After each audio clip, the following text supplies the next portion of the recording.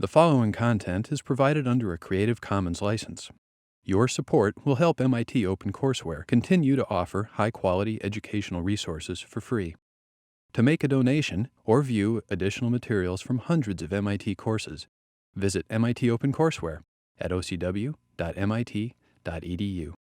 So unlike most of the talks that you have been given, I'm not going to teach you anything today, so it's not kind of a teaching type of talk.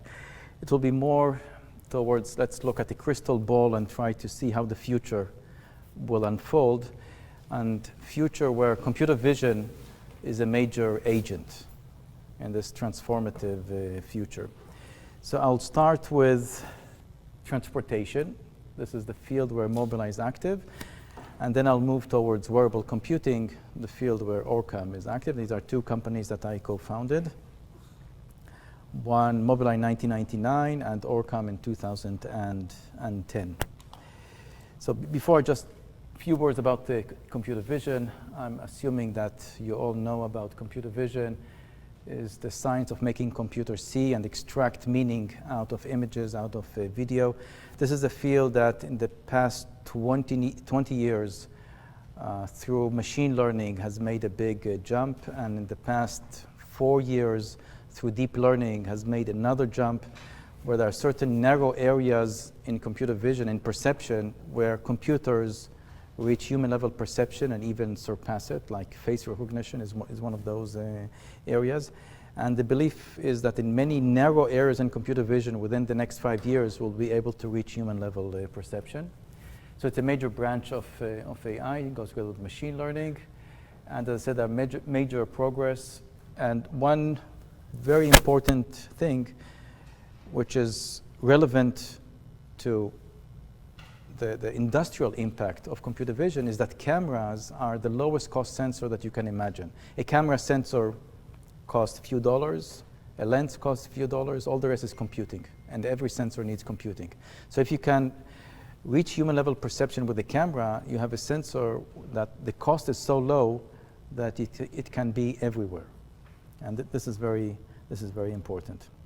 So I'll show you where things are standing in terms of avoiding a collision. So avoiding collision, you have a camera behind the windscreen, looking, facing forward, analyzing the video coming from the camera. And the purpose of this analysis is to avoid collisions. So what does it mean to avoid collisions? The software needs to detect vehicles, needs to detect pedestrians, needs to detect traffic lines, traffic signs, need to detect traffic lights, detect lanes to know where the car is positioned relative to the lanes, and then send signals to the car control systems to avoid an accident. So let's look under the hood what this means. So I'll let this run a bit until all the information appears. So if we stop here, what do we see? So the bounding boxes around cars means that the system has detected cars. Red means that this vehicle is in our path. The green line here is the detection of the lane. This is a traffic, this is a no entry traffic sign. This is a traffic light being detected here. These are the pedestrians and cyclists. Right? Even a pedestrian standing here is being detected. Let's let this run a bit further. Right, so these pedestrians crossing the street. So this is running at about 36 frames per second. So again, imagine also the amount of computations that are being running here. Again, this is the traffic sign, traffic light, pedestrians here. So this is what the system does today. Detect objects, detect lane marks, measure distances to the objects, and in case you're about to hit an object, the car would engage. At first it will give warnings, then later it will apply automatic autonomous braking in order to avoid the accident. And here's a list of many functions that the camera does in terms of detecting objects and trying to interpret the visual field at details that are increasing over the years. Now, computer vision is also creating a disruption. So if you would ask an engineer, say 15 years ago, what is a camera good for in this space? The engineer would say the camera is good for detecting lanes because there's no other sensor that can, find the lane marks. Not a radar, not a laser scanner. And it may be good for helping the radar in fusion, radar camera fusion, kind of to compensate for shortcomings of the radar. Traffic signs, okay, it will be good for traffic signs, but that's it. But what happened over the years is that the camera slowly started taking territory from the radar. Until today, the camera is really the primary sensor for active safety. Active safety is all this area for avoiding accidents. And you can see this through this chart. So in 2007, now we launched the first camera radar fusion. So there's no disruption there. This is what normally people would think a camera is good for, combining with the radar. 2008, camera is also doing traffic sign recognition. No disruption there. 2010, cameras doing pedestrian detection. No disruption there because there's no other sensor that can reliably detect pedestrians because they emit radar very, very weakly, and pedestrians mostly stationary object, and radars are not good at detecting stationary objects. But then in 2011, there's the first camera-only forward collision warning, and that was the beginning of a disruption. So forward collision warning is detect a vehicle in front and provide the warning if you're about to collide with the vehicle. And this was a function that typically was in the territory of radars. So a radar sensor is very good at detecting vehicles, very good at ranging, very, very accurately, can get the range of a vehicle, say 100 meters away up to an accuracy of a few centimeters. No camera can reach those accuracies. So nobody believed that one day a camera will take over the radar and do this function. And this is what happened in 2011. And why did this happen? This happened because of a commercial constraint. The regulator, the American regulator, it's the National Highway Safety Transportation Agency, NISTA, decided that by 2011, all cars need to have as an option two functions, forward collision warning and lane departure warning. Now, this creates a problem because forward collision warning requires a radar, lane departure warning requires a camera. So now put two sensors in the car, it's expensive. If you can do it with one sensor, like with the camera, then you save a lot of money. So this pushed the car industry to adopt the idea that the camera can do forward collision warning. And like all disruptions, once you start small, you kind of grow very, very fast. So in 2013, the camera is not only providing warning, but also safe distance keeping to the car in front. It's called adaptive cruise control. Then 2013 also provides emergency braking. So the camera not only decides that you're about to collide with a vehicle, it will also apply the brakes for you. So 2013 was only partial braking.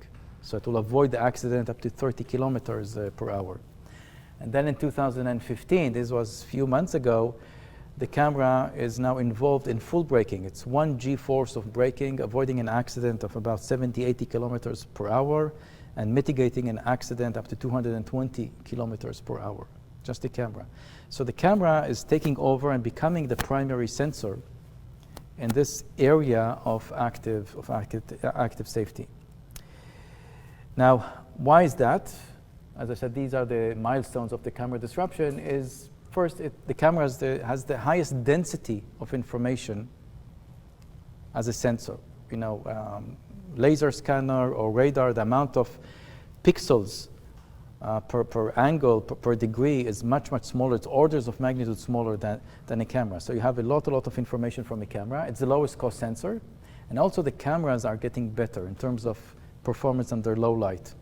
So with a camera today, you can do much more, not only because computing has progressed, not only because algorithms are now better, but also because the physics of the camera are progressing over time, especially the light sensitivity of the camera. So we also came to the conclusion that we need to build our own hardware and our own chip, and these are very, very advanced microprocessors that, again, per silicon area are about 10 times more efficient than any general purpose chip, and I'll not spend more time on this. And so this field has two major trends. One, on the left-hand side, is the active safety, which is driven by regulators. So the regulators see that there is a sensor that is very low cost and saves lives. So what does the regulator do? They incentivize this kind of function to the car industry by coupling it to star ratings. So if you want to get your 4-star or 5 stars, the NCAP stars on the car, you have to have this kind of technology as a standard fit in the car. So this pushes the industry, by mandates, it pushes the industry to have active safety installed in every car. So by 2018, every new car would have such a system. Right? The left-hand side is the trend to the future, which is autonomous driving. Now, autonomous driving has two facets. One is bringing the probability of an accident to infinitesimally small probability, so zero accidents, because the more you delegate the driving experience to a robotic system, the less the chance of an accident. So it brings us to an era where there will be no accidents. But not less importantly, it has the potential to transform the entire transportation business. How we own cars, how we build cars, number of cars that will be produced, and I'll spend a bit more time about that as I go forward. Now, in terms of the left-hand side, the regulation, this is an example. So you see here Nissan Qashqai 2014 has 5 stars, and in order to get the 5 stars, what you see here, these are all the tests. These are autonomous emergency braking tests. The car needs to detect the car in front, the target car, and apply the brakes before the collision, and the car is being tested, and without that, they'll not get the 5 stars. Right? You can see this also in the number of chips that have been shipped. So every car is a chip. So this chip, the microprocessor, is getting the information from the camera, and all the algorithms are on this microprocessor. So we started launching this in 2007. So in the first 5 years, there were 1 million chips, so 1 million cars with the technology. And then 2013 alone, 1.3 million. Then you see here 2014, 2.7. This year is going to be above 5 million. So you see this doubling. And this is really the effect of the regulation. So in many industries, regulation is an impediment. In this industry, regulation is something good. It pushes the industry to install these kinds of systems, standard. Okay, so another example of how this is moving, there's also an increasing awareness. So this is a commercial from 2014 Super Bowl by Hyundai. So Hyundai is showcasing their new vehicle called Genesis. Now, there are many things that you can show when you want to showcase a new vehicle. You can talk about the design of the vehicle, you can talk about the engine, the infotainment, but they chose to talk about the active safety. So I'm going to show you.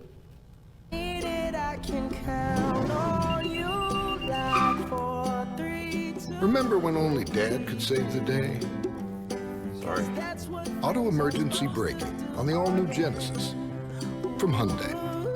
Okay, so this is the camera behind the windscreen detecting the car in front or a pedestrian, and will brake before the collision. Now, to show you what this is about, so that was a commercial. So in a commercial, you can show anything you like. So now I'll show you something really from the field. So in 2010, Volvo introduced the first pedestrian detection. So the same thing, detect the pedestrian, and if you're about to collide with the pedestrian, the car would brake, would apply the brakes automatically. Now, so in 2010, they had about 5,000 journalistic events where they'll put a reporter behind the steering wheel, tell the reporter to drive towards a mannequin, towards a doll, and lo and behold, the car would brake just before, fraction of a second before you hit the doll. But then when you buy the car, you can do your own testing. So I downloaded from the internet. It's a bunch of Polish guys, and it's a bit funny, but you'll actually get a good feeling of what this system does by looking at this clip. Vyskúšame, keď sa chodec zľakne a zastaví uprostred cesty, ešte musíme jazdnú dráhu upraviť. Takže a page! Okay. So this is AEB, automatic emergency braking. Today it It avoids the accident about 70 tak kilometers musicie per hour. zostać niekde tu That's, a nie hýbať sa. okay, so now you have a better idea of what I'm talking about. So now let's go into the future. So this was just setting the baseline. Okay, what is active safety? Where's computer vision inside this? So now let's look in the next 4 years, and the idea is to evolve this kind of technology to a point where you can delegate the driving experience to a robotic system. And then the question is what needs to be done. And this slide shows that there are two paradigms, and the reality is somewhere in between these two paradigms. The right-hand side is where we are today. You are based only on sensing. You have camera, maybe you have also a radar or laser scanner for redundancy. You get the information from the sensors. You have algorithms that try to interpret the visual field and take action in case of an accident or control the vehicle. On the left-hand side is the extreme case is the Google approach, where there's little sensing involved. It's a lot of recording. So you pre-record your drive. Once you have pre-recorded the drive, all what you need to do is to match your sensing to the pre-recorded drive. Once you've found the match, you know your position exactly, so you don't need to know to detect lanes. You know all the moving objects because the recording contains only stationary objects. So all the moving objects pop out. So the load on the sensing is much, much smaller than in the case where you didn't do a pre-drive and you didn't record. This recording, the problem with the recording is that we're talking about tons of data. It's 360-degree 3D recording at several frames per second, so the amount of data is huge. So there's issues of how you manage this, how you record it, and how you update this over time, because you have to continuously update this kind of data. And the reality is going to be somewhere in between. So the first leap that is undergoing and happening in the next 5 years is to reach human level perception. Now it sounds very, very ambitious, but there's lots of indications that it is not science fiction. It is really, there's a very high probability that one can reach this. So in certain areas like face recognition, certain categorization tasks, and if you look at academic achievements, they have surpassed human level perception. I'll spend a few slides on this later. So going from adaptive, going from driver assist to human level perception, first we need to extend the list of objects, not only vehicles and pedestrians, but vehicles at any angles. Know about 1,000 different object categories in the scene. Know about how to predict the path using context, which today is not being used. Detailed road interpretation, knowing about curbs and barriers and guardrails, all the stuff that when we look at the road, we naturally interpret it very, very easily. These are the things that needs to be done in order to reach human level perception. And the tool to do this is the deep layered networks, which I'll spend a few slides about this in a moment. And the need for context. So these are examples, for example, path planning.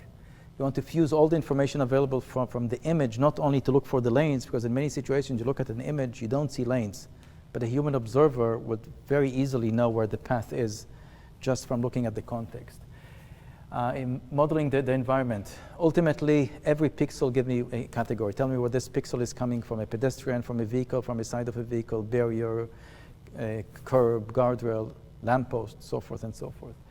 3D modeling of a vehicle. So put a 3D bounding box around the vehicle so that we can know which side of a vehicle I'm looking at, whether it's the front or rear, left side, right side, what is the angle.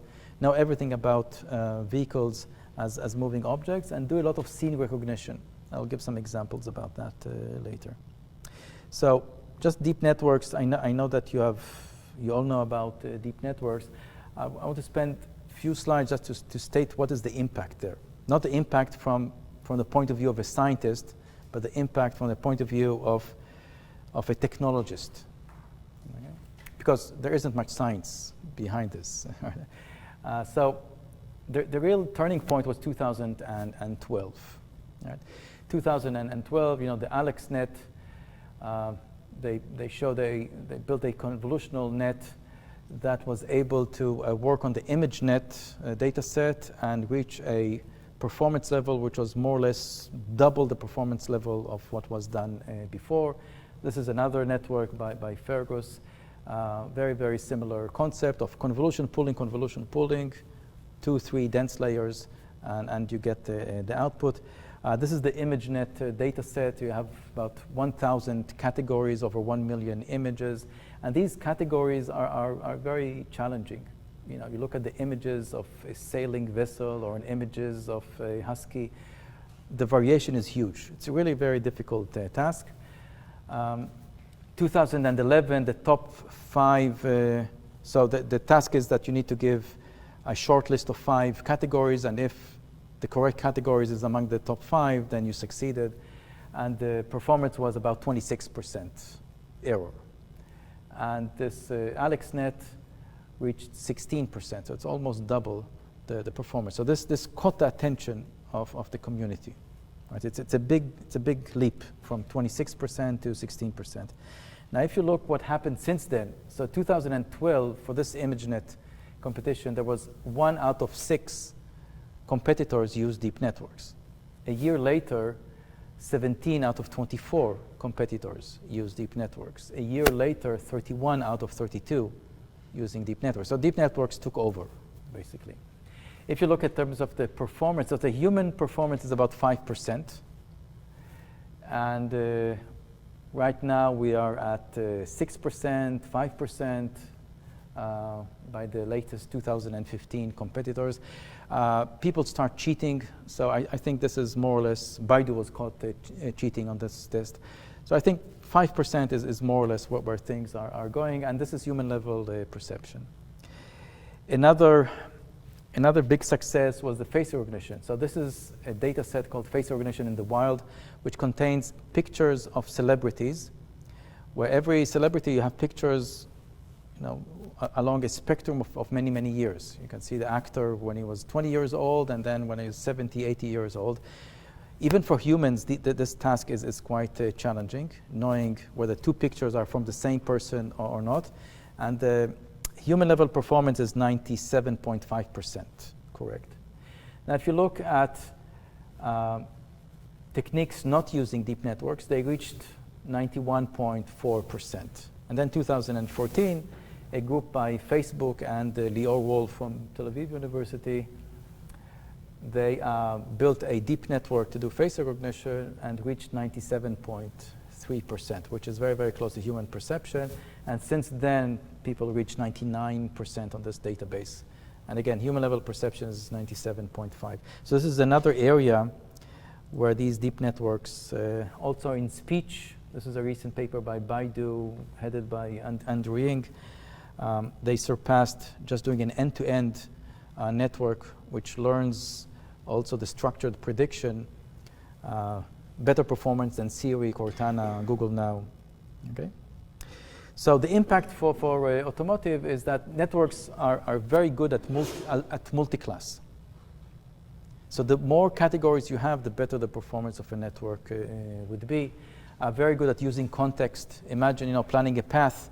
So taking an image as an input and output would be the path, and you are cutting short of all the processes of looking for lanes and this kind of algorithms. Network will be ideal for pixel level labeling. For every pixel, give me a category, and you can use the networks for sensor integration, for determining the control of the vehicle by fusing a lot of information coming from various cameras. So the challenge of using deep networks is that these networks are very, very large. They're not designed for real time. The networks that you find in academic papers, and the success are for easy problems.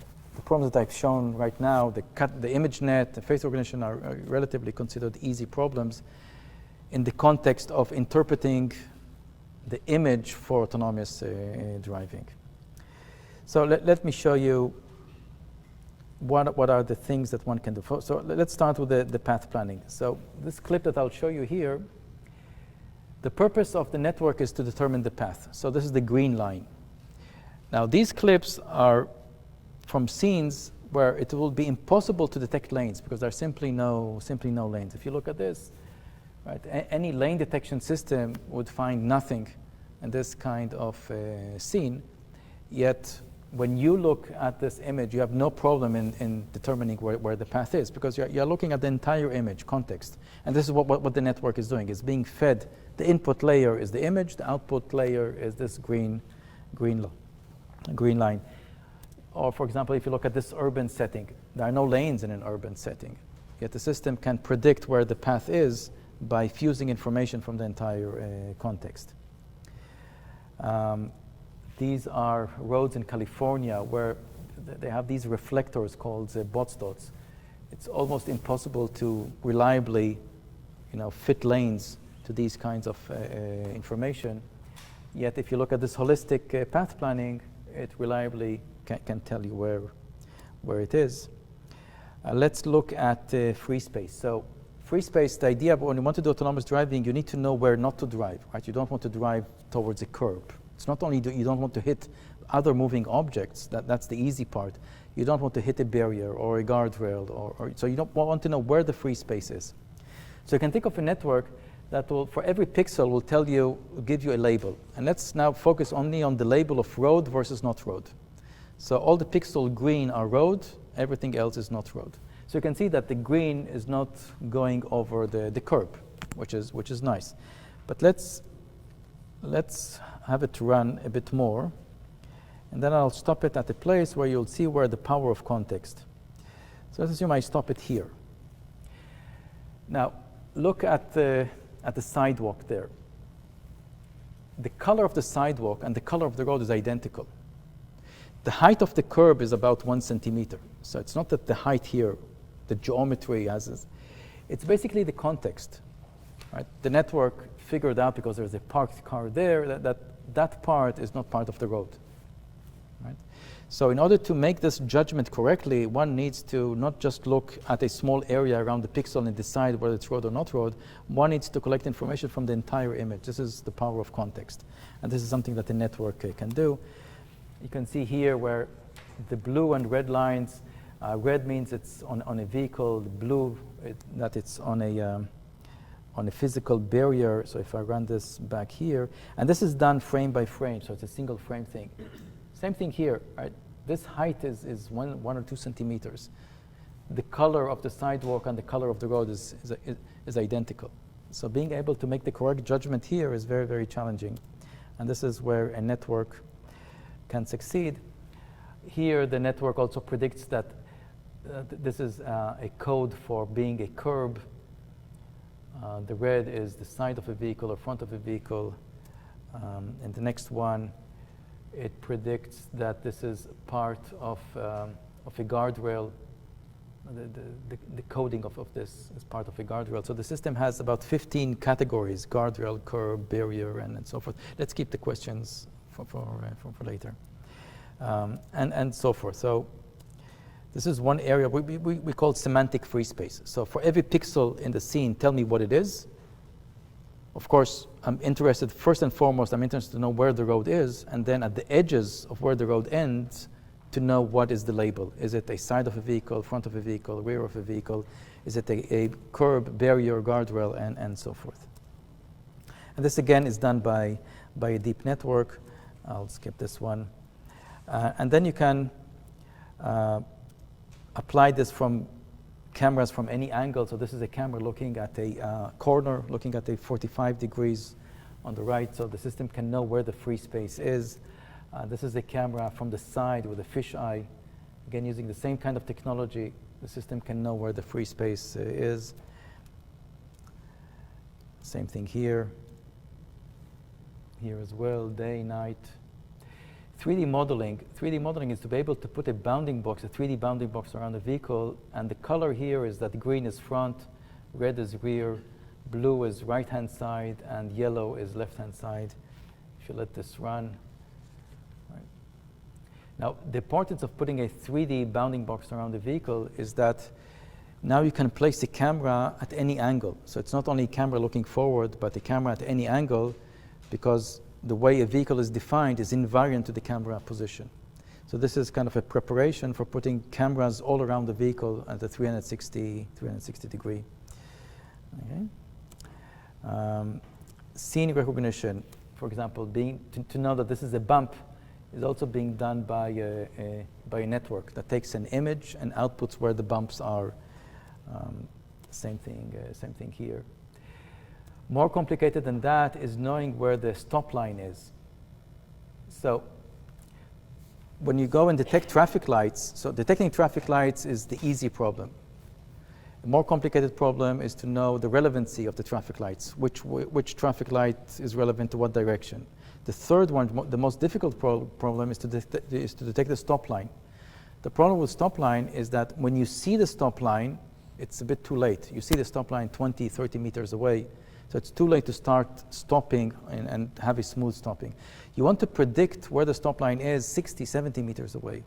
So here you want your algorithm or your network to understand that you're approaching a junction and start estimating where the stop line should be so that you can start slowly reducing your speed such that by the time you see where the stop line is, you already reduced your speed considerably. I'll skip this. Knowing lane assignment, knowing how many lanes are and which lane you are is also done by a network. So the network will give a probability whether this is a lane, this is a lane. For example, it knows that this is not a lane. It has here red, 0 probability. Again. So as you can see here, I'll skip this one. So these networks, so for every task there's a network, and these networks are quite sophisticated in accessing, integrating a context. Traffic light, I'll skip this with traffic light. So multiple cameras, this is how it looks like. You have the red ones are 3 cameras behind the windscreen.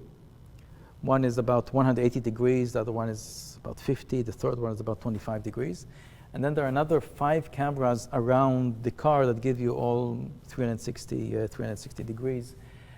And this kind of configuration, first launch of it is in a series produced car is going to be 2016. So I'm not talking about science fiction.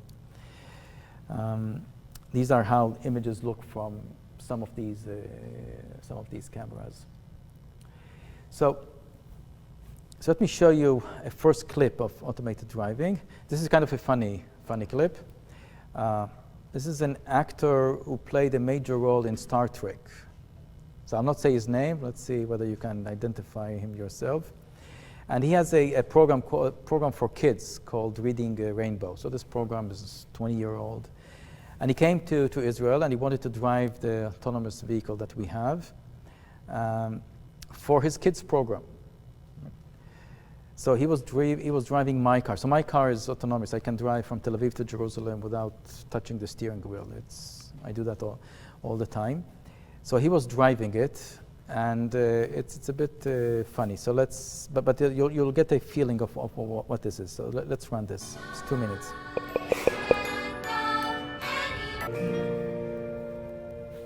Yes, they can.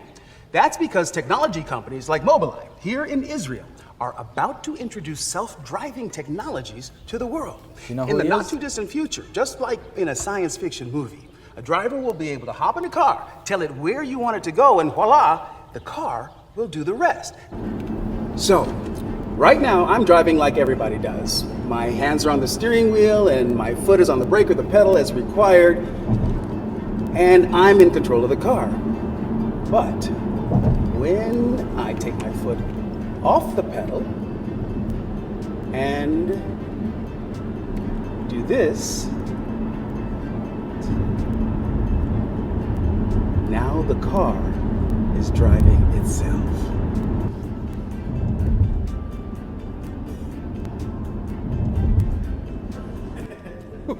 Wow, this really is amazing. I feel really safe with the car doing all of the driving. Okay, now watch this. And this is something that no one should ever do in a regular car, ever.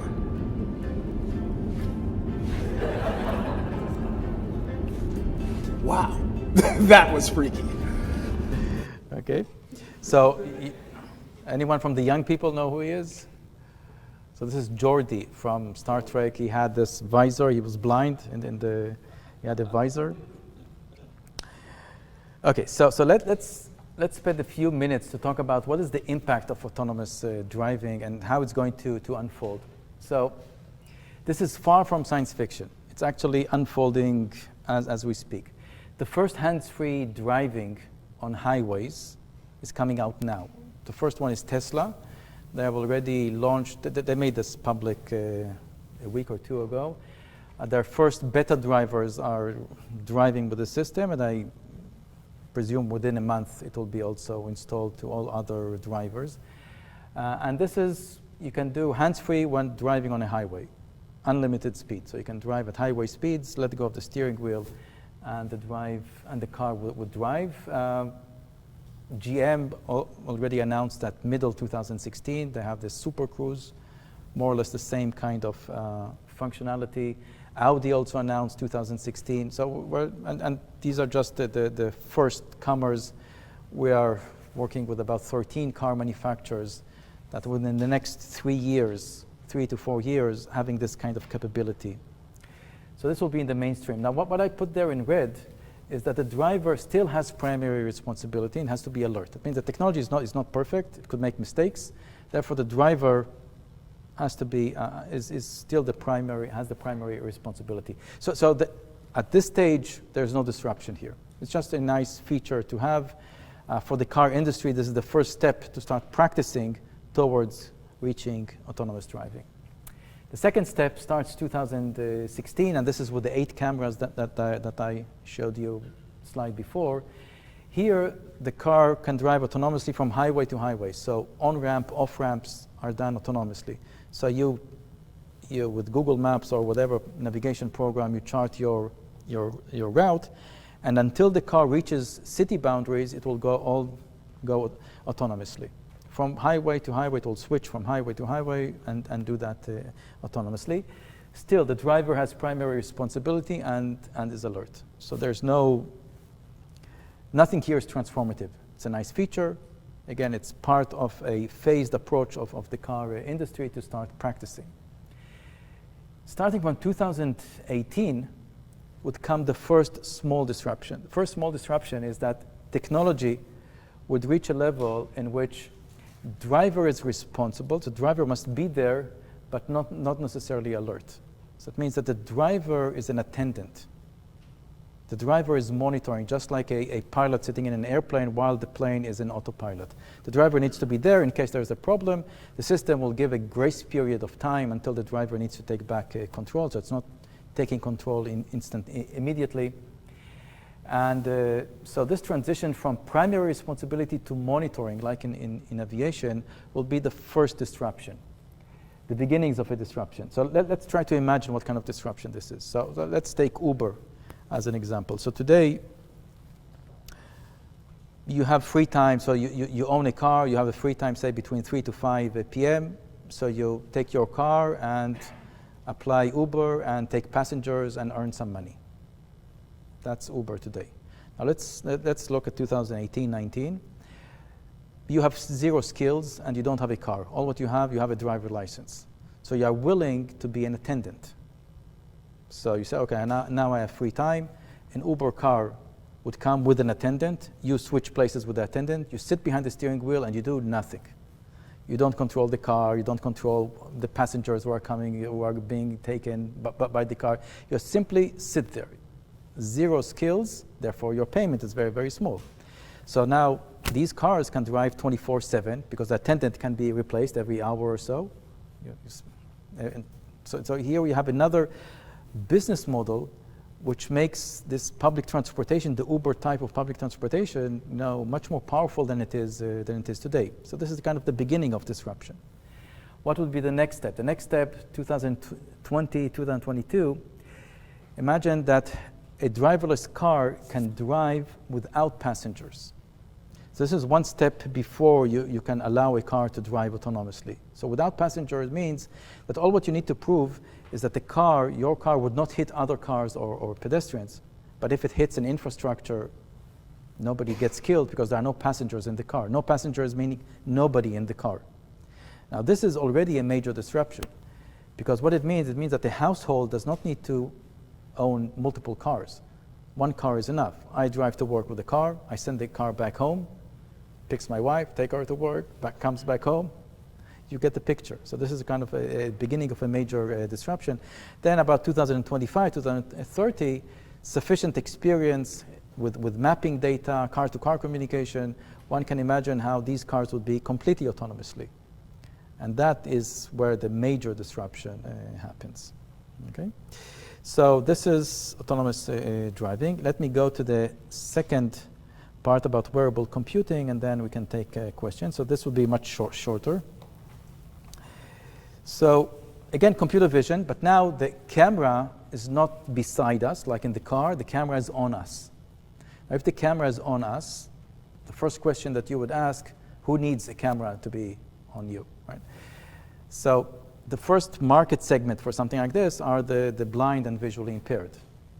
So the way to imagine this, you are visually impaired or a blind person, so you don't see well, or you don't see at all, or you don't see well. So it's very, very difficult for you to negotiate the visual world. You cannot read anything unless it's a few centimeters from your eye. You cannot recognize people unless they start talking to you, so you can recognize their voice. You cannot cross the street because you don't see the traffic light. You cannot go on a bus because you don't know what the bus number is. So basically, you are very, very constrained, very limited. Now let's assume that you have a helper standing beside you. Now this helper is relatively intelligent and has correct eyesight.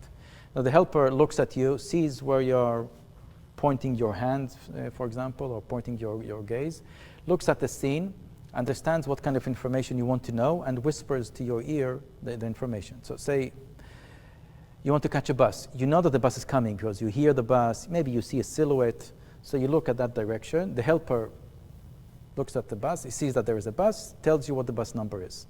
You want to cross the street. You know the traffic light is more or less there, but you don't know what the color of the traffic light is. So the helper looks at your gaze, sees that there's a traffic light there, tell you it's a green light. You're opening a newspaper. You point somewhere in the newspaper, the helper would read you the article. Or there is a street name. You point towards the street name, the helper would look at the scene, understand that there is a text in the wild, and simply read you the street name. A familiar face appears. The helper will whisper, you know, Joe is now in front of you, and so forth. So if you have now replaced this helper with computer vision, you can imagine how this could help someone who is visually impaired. So let me show you. So first of all, the number of visually impaired is quite big. So the number of blind people in the US is about 1.5 million. That's not big. The number of visually impaired, and people that their ailment cannot be corrected through lenses, is about 26 million. So this is a sizable number. Worldwide, is above 400 million people who are visually impaired, and they don't have much technology to help them.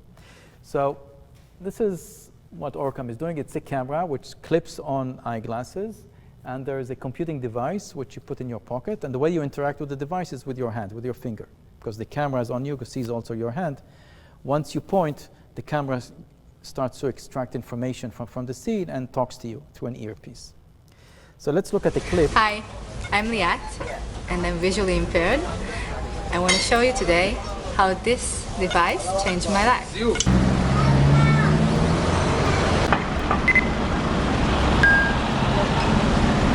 Patrick.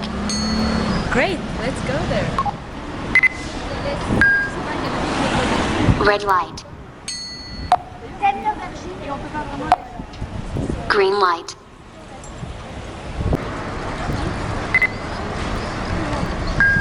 $50 shekel. 50 shekel. Let's buy some coffee. Breakfast. Bagel plus coffee with cream cheese. Quat. Okay, so you get the idea. So that we started 2010. 2013, we had already a prototype working. And we had a visitor, John Marco from the New York Times, and he came and wrote a very nice article about what the company is doing. And we thought that at that time it would be good to launch the website of the company and try to get a number, say 100 first customers, so that we can start experimenting, do field studies with the prototype device. So we launched the website. We wrote that the device cost $2,500. That was June 2013. And the first 100 people who would purchase the device will receive the device in September. So within an hour, those 100 devices were sold. And then we kept a waiting list, which today is about 30,000. And we started shipping the devices about a month ago. So in the last year, this device was with about 200 people, and we got a lot of feedback from real users and improved. And let me show you some real users. So this is Marcia from Brazil. So the device at the moment only works in English. Later would put more languages. And so she's being trained to use the device. And this is a short clip of about 2 minutes. And watch her body language. And also she explains how she copes with her disability, especially how she distinguishes between different money notes. They're all green, so how do you distinguish between them? So let's have a look at this.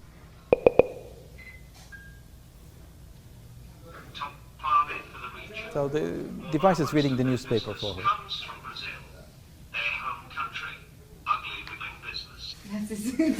Fantastic! Fantastic!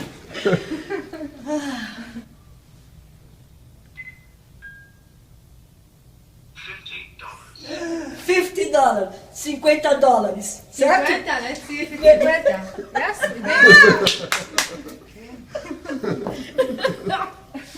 Green, all green. And I put mark color, yellow, green, orange, different notes.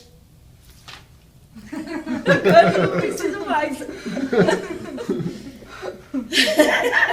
Again.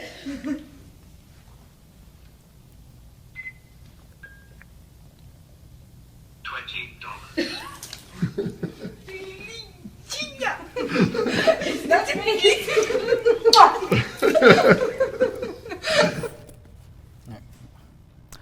Okay, here's a recent from CNN. It was aired a month ago. It also gives a bit more information about the device. Let's run this. It's again 2 minutes. 2 weekends ago, I sat down and read New York Times. I haven't done that in maybe 30 years. My wife came down. I had a cup of coffee. I'm reading the New York Times, and she was crying. Just being able to read again is emotional for Howard Turman. He started losing his vision as a child. His new glasses don't fix his eyes, but they do the next best thing. Put on my glasses. It recognizes the finger, snaps the picture. Now it just reads. The glasses have a camera that recognizes text and can read the world to him. Oh, here. The technology is called OrCam, and Turman says it gives him a sense of normalcy. Even finding out that Dunkin' Donuts has a donut I never tried was exciting. Dunkin' Donuts. It's a clip-on camera, so a camera that you can clip onto any eyeglasses. And you have here a computing device which you can put in your pocket. And the way it interacts, it's with a hand gesture. For example, it's written there, rental and tours. Rentals and tours. It's not perfect though. It uses a pretty bulky cable, and sometimes it needs a few tries to get things right. It doesn't read script, because everybody's handwriting is different, so it doesn't do cursive very well at all. OrCam has a harder time in bright light or in tougher situations like signs on windows. Adamcon, U Donuts. Hours of operation. Low PM, pounds PM, 9 PM. How was your service today? Shashua says improvements are on the way. Where do you see this technology going over the long term? Reading, recognizing faces, recognizing products is only the beginning. Where we want to get is complete visual understanding at the level of human perception, such that if you are disoriented, you can start understanding what's around you. For example, where's the door? Ah, the door is there. Where's the window? Where's an opening in the space around me? Okay. This is face recognition. This is, again, one of the first 100. Teach OrCam to recognize anybody? Yep. Who does it know? Libby, my mother. You want to show me? Yep. Ready?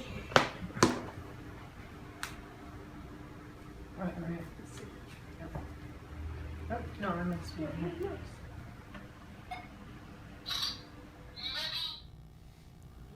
Okay, so that's also face recognition. Last 2 slides, we started also providing the device to research groups. And this is this is a paper in Arvo, where they took 8 visually impaired, gave them the device for 1 month, and then measured the change in quality of life. And how they measure the change of quality of life, they interviewed them. And 7 out of the 8 reported significant change in quality of life. Now, they sent us some of the interviews. So in the next here, I'm showing you part of the interview. And what's interesting about this interview is that there's a trick question. The interviewer, after she tells him how the device is, life-saving and so forth, he tells her, well, the device is very expensive. It's a few thousands of dollars. Is it worth it? So it's one thing to get something for free and say it's very, very good. Another thing to say, okay, it's going to cost you thousands of dollars. Is it worth it? And let's hear her answer, which is very nice. The first few days I had the OrCam, I was in total awe of it because for the first time I was able to open mail and read it instead of having my husband read my mail. And I was able to go to a restaurant and actually read the menu and order myself with the waitress, and that was exciting. When you can't do something for such a long period of time, the OrCam was incredible. Is what the estimate is. Do you think such a high price would be something people would be willing to pay for a device like this? Do you think it's marginally worth it right now? I think you're going to find that that's going to be on a case-by-case basis. People who have money, there's certainly no problem with $2,000. I don't have money. I am low income. But I would save my money, scrape it together in order to get it at $2,000. Okay, so that's interesting. Where is it going? So there are 2 lines of progress. One is when this existing niche is to make the camera understand the visual field at higher levels of detail. So one of the things that we are now working on is we call this chatting mode. So it's the image annotation type of experiment, or the ImageNet together with natural language processing. Say you are visually impaired or blind and you're disoriented. You don't know where you are. Right? So you would like the device to tell you every second what it sees. I see here Tommy, I see here chairs, I see here another person, I see here a wall, an opening, a painting, blah, blah, blah, blah, blah, until you get back your sense of orientation. So you want the device to be able to have, say, several thousands of categories, like an ImageNet, together with image annotation capability, the kind of stuff that people are now writing articles about, and being able to do this at the frame rate of, say, once per second. So wherever I'm looking at, tell me what you see. This is one. Another thing is to have natural language processing NLP ability. For example, if you are looking at an electricity bill, the system would know that you're looking at an electricity bill and give you just the short, what is the amount due, for example. The system will tell you you're looking at an electricity bill, the amount due is such and such. So having more and more intelligence into the system. So this is one area. Another area is to go for a wearable device for people with normal sight. So here we're talking about, real wearable computing. So this Apple Watch is wearable computing, but doesn't do much computing, right? It displays, my text messages, emails, measures certain biometrics. But that's not, the holy grail of wearable computing. The holy grail of wearable computing is assume that you had Siri with eyes and ears. So you had a camera on you that is observing the scene all the time and providing you real-time information whenever you need the information, like the people that you meet, what were the recent tweets of those people that you met, what is common between you and them based on Facebook and LinkedIn and so forth. So knowing more about the people you meet, knowing more about the stuff that you are doing, and creating an archive of all what you are doing throughout the day. And this is a device like this. This is how it looks like. We call it Cassie. So this is a real device. It it works continuously for about 13 hours. So you have a camera working continuously for 13 hours. And the purpose of this camera, so the way you put it like this, okay? So the purpose of the camera is not to take pictures. It doesn't store any picture. The purpose of the camera is to be a sensor, is to interpret the visual world and provide information in real time. And if everything goes well, we'll start launching this within 6 months from now. So this is the next big thing, to go into wearable computing, to go into a domain in which a camera is on you and processing information all the time. Unlike now a camera on your smartphone in which you take a picture on demand. It's not working for you all the time. Here it's working for me all the time. All the time it's viewing the visual field. Whenever it finds something interesting, it will send it to my smartphone, like people that I meet and other activities that I do. So this will be the beginning of real wearable computing. So wearable computing with sensing, with the ability to hear and listen, to hear and see, and process this information in real time. This is the next thing that, the next big challenge that we're working on.